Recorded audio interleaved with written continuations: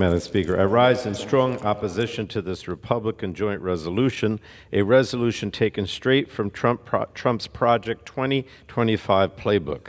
The resolution invokes the Congressional Review Act to fully repeal the Environmental Protection Agency's EPA rule setting new protective air pollution standards for light-duty and medium-duty vehicles.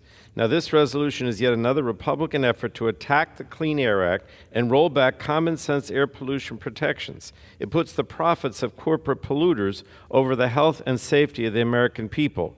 Not only is this CRA ripped right out of Trump's extreme Project 2025 playbook, it's just the latest attempt by House Republicans to do the bidding of their big oil allies and prevent the EPA from protecting public health and the environment. Instead of focusing on funding the government, which is set to expire at the end of this month, Republicans are wasting time by bringing up this resolution they know has zero chance of becoming law. Even Senate Republicans have publicly admitted that they have abandoned their strategy of using the CRAs like this in Congress. So one really has to ask the question, what are we doing here? This is yet another example of Republicans failing to be serious about governing or working to implement policies that actually benefit the American people. Americans, Madam Speaker, have the right to clean air and a safe climate, and EPA's clean vehicle rule would put us on the road to achieve those rights. The transportation sector is the largest contributor to greenhouse gas emissions and makes up nearly 1/3 of total pollution in the United States. And this pollution affects more than 130 million Americans who live in counties with unhealthy air. Even worse, air pollution is associated with over 100,000 premature deaths in our nation every year. Thankfully, EPA is working to address this dangerous air pollution with the tools that Congress gave us.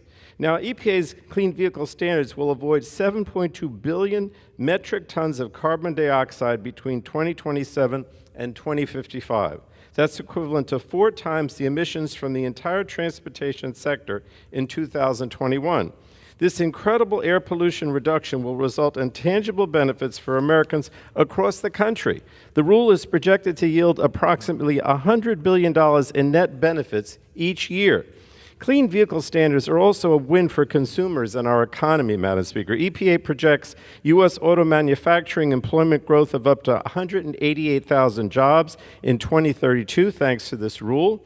That is on top of the existing 200,000 jobs that have already been added in clean vehicle manufacturing since the start of the Biden-Harris administration. Look, once the standards take effect, American families are expected to save an average of $6,000 over the lifetime of a light-duty vehicle, including fuel, operation, and maintenance costs. So today, we're going to hear a lot of false claims from my Republican colleagues. They're going to falsely say that this rule is a mandate. But let me be perfectly clear. EPA standards are not an electric vehicle mandate. They are technology neutral and performance-based as required by the Clean Air Act. Auto manufacturers have the flexibility to meet the standards with a wide range of clean vehicle technologies like hybrids, plug-in hybrids, fuel cell, internal combustion engines, and full battery electric. Manufacturers can choose the best options for them and to meet the needs of their customers. EPA worked closely with stakeholders to ensure that the final rule is ambitious and achievable and benefits all Americans. And that's why EPA's final clean vehicle rule is supported by a diverse coalition of auto workers, automakers, public health, and environmental groups.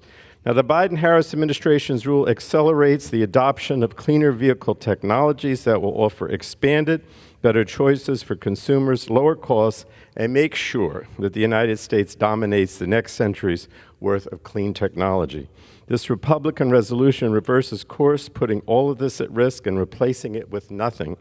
What's more, it also prevents any future administration from taking similar action, and that's a recipe for disaster for our economy, the American people, and for our climate. Madam Speaker, I just received the SAP, the Statement of Administration Policy from the Biden administration.